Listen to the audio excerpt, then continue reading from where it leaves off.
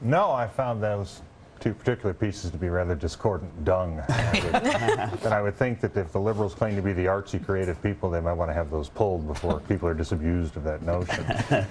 Fortunately, we will be playing. My brother's band and I were going down to Miami, Ohio area, and we're going to be playing for military families and the soldiers to raise some money for them. And I swear to God, you won't hear that. No? There'll be no hip-hop breaks in the middle of the rock songs? No. You won't be out on stage going like this, waving your arms? No, we won't be doing any of that. Yeah. We'll be playing MC5 and things. And by the way, aren't mercenaries cool? Yes. God, don't bash them. They're cool. Don't most rappers want to look like mercenaries? Of course. I don't know. Jedediah, did they convert you to Code Pink's ideas? Unfortunately not. No? And let me tell you, conservatives can do this music stuff better. We can have McCotter on guitar. Okay? I mean, it doesn't get... You can be on drums. I know you're not a conservative, but I'll let Bill be my backup dancer. We got this now. You know, he is. I'm a Scientologist. He's a great backup dancer. But I disagree with you. I say nobody should do this. Nobody should ever do politically infused music for any purpose whatsoever because it's embarrassing across the board. Playing just regular music is fine. But when you try to create a message, it's disgusting. Bill, you consider yourself gangsta. I'm a little bit gangster. You are. You seem a bit gangster yourself. Yeah, I am. Rage I am. Yes, definitely.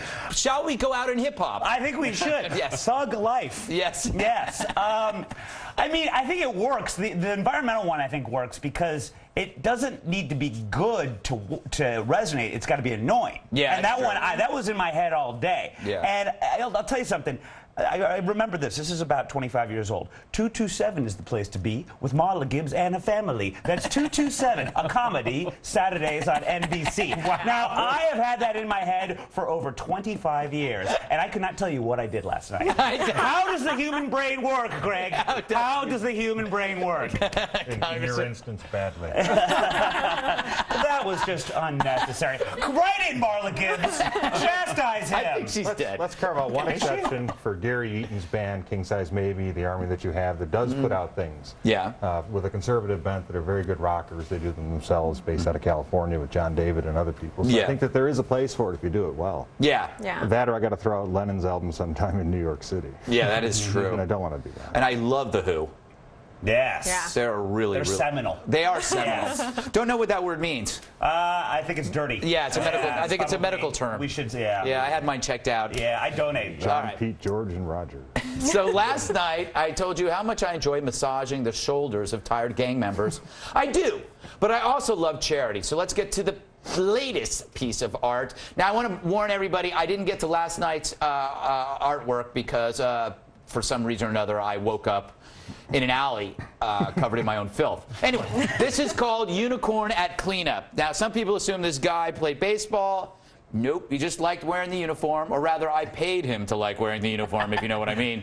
That's me in the corner. Now, I received a lot of bids 2 nights ago, but the leader right now is $700 from Maggie Scobie for this delightful piece of art. Well done. I also received a lot of bids, all around $500.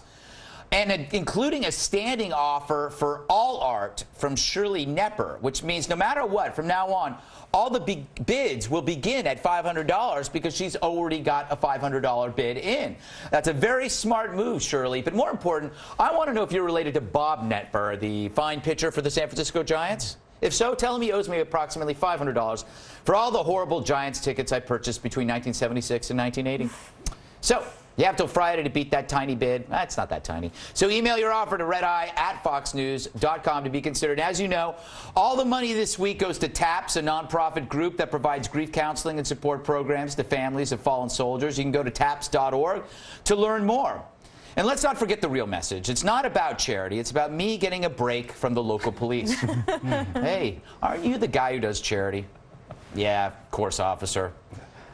Well, I guess this dead houseboy in your hotel room was there before you checked in, right? I imagine so, officer. So much blood. No worries, Mr. Gutfeld. You do so much for America. We'll take this off your hands. It's the least we can do for you. Well, I agree, officer, and I'd like to be alone if you don't mind. Always ends that way. Coming up! What's up with Zortan and Voltrab these days? We'll catch up with Zortan and Voltrab in our special Zortan and Voltrab segment. FYI, Zortan and Voltrab are my nipples.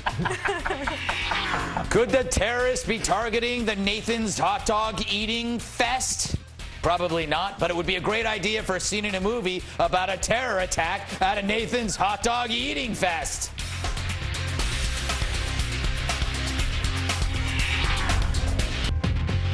She doth abhor drilling offshore. Little Shakespeare there. I speak of Kate Walsh, whose latest role is bashing petrol. Yep, the private practice actress says that domestic drilling won't reduce our dependence on foreign oil. And Americans who support it are misinformed. And she would know. She plays something on a TV show. Anywho, at an event in D.C. held to mark the one-year anniversary of the BP Gulf oil spill, CNNnews.com asked her about a recent poll showing that the majority of Americans support more domestic drilling given the rising cost of gasoline. She responded thusly. That's surprising to me, but not surprising in that I think that people are misinformed largely. I think that people are under the impression that if we drill offshore, that it will reduce our dependence on foreign oil. And because that's the messaging. Because the big oil companies have a lot of money. They have a lot of money to lobby and do advertising and tell a story which is actually untrue. And that story is that if we drill offshore, that eventually we will reduce our dependence on foreign oil. Now, if you're at home and you're at DVR, just pause it, move it back a little bit, and check out if she was picking at her butt. This is weird. Anyway, Walsh can certainly act, but does she have her facts right? For that, as always, we go to Red Eye's fact checker, Sleepy Kitten. SK?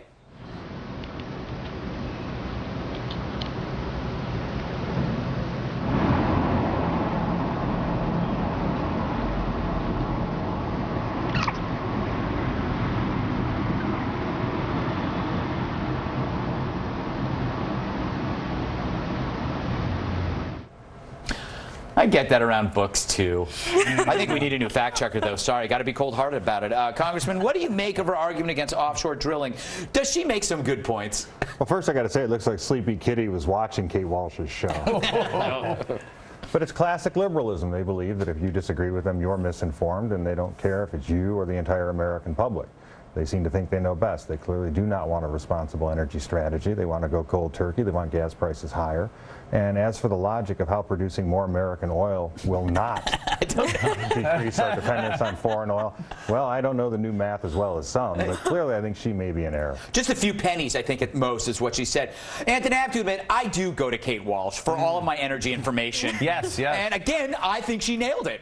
Yeah, I normally wouldn't listen to an actor or actress when it comes to a subject like this, unless, of course, it was that roughneck Bruce Willis, yes, who, as you remember, in Armageddon, drilled a hole in an asteroid. He's the go-to guy. Yeah, see, you're absolutely as far as right. that's concerned. After doing a lot of slow motion scenes. Yes. Truth of the matter is, as Americans, we never do more than we need to do when it comes to innovation. So until the last drop of oil comes out of the ground, we're going to use oil, and then the next day we'll find a way to run cars on earwax or it'll already have been there. Or something. It will be earwax. It will be earwax. I hope it is, because man, I would be, you know, if earwax ran like cars, I would be like Texas. Can you imagine the amount of energy on our IBFs alone? Oh my God! And this table collectively, just put a bucket there and we'll bring them out. I've actually made sculptures in the morning to delight the neighborhood kids. Wonderful. Jedediah, now that Kate Walsh is against offshore drilling, where's my mouth? Have you reconsidered your stance? Oh, yes, she's convinced me. Yes. She's as all the Hollywood celebrities do. You know, I think she's a victim in all this, though, Greg. I think she's been doing her research in Al Gore's library. That's the problem, unfortunately. Is Al Gore's library like a weird euphemism for something? I don't know. First of all, if there is a library, it's online. We know that. Yes, but I like. It's like Davy Jones's locker.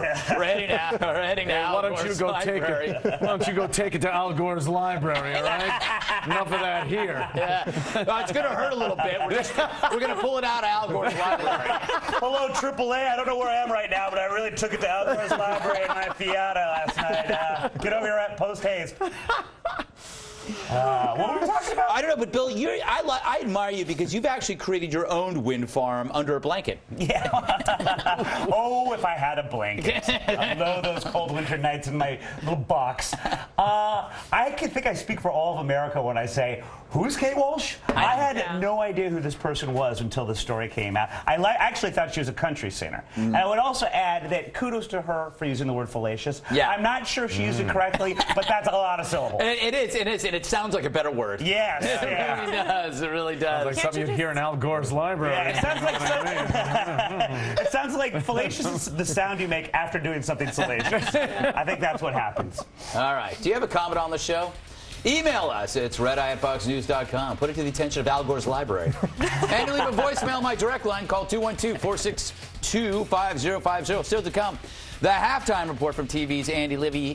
What's his name again? Andy Levy. Already forgot. That's how forgettable he is. Tonight's halftime report is sponsored by Records, that analog sound storage medium consisting of a flat disc with an inscribed modulated spiral groove. Thanks, Records.